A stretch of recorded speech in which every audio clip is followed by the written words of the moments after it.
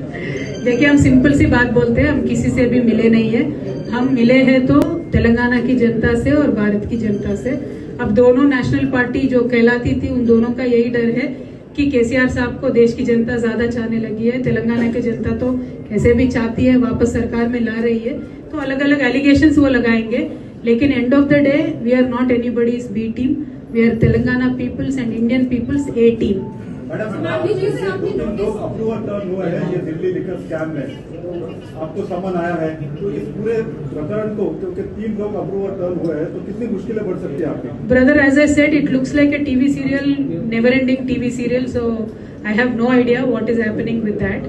But end of the day, party legal team will advise us, and we will go through their advice. So it is not a big issue or a serious issue to be discussed. It is a politically motivated summon. We will take a legal recourse on that. Ma'am, how do you see the timing of this issue? Recently, when recent summons were issued, you went to the Delhi, you appeared for the questioning, and even after coming out, you stated that they wait to sit me there, and you have made several comments attacking the BJP. And now again, it's poll-bound state. You said polls are nearer. So how do you see this? Basically, will you be attending it? And one side BJP is attacking, one side Congress is attacking. They are claiming that a beating of Congress saying that a beating of BJP. So how do you see this? And why are you claiming that it's politically motivated?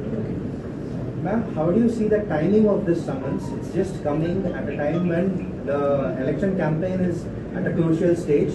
Do you think this will affect PRS party if there is further development from the notice?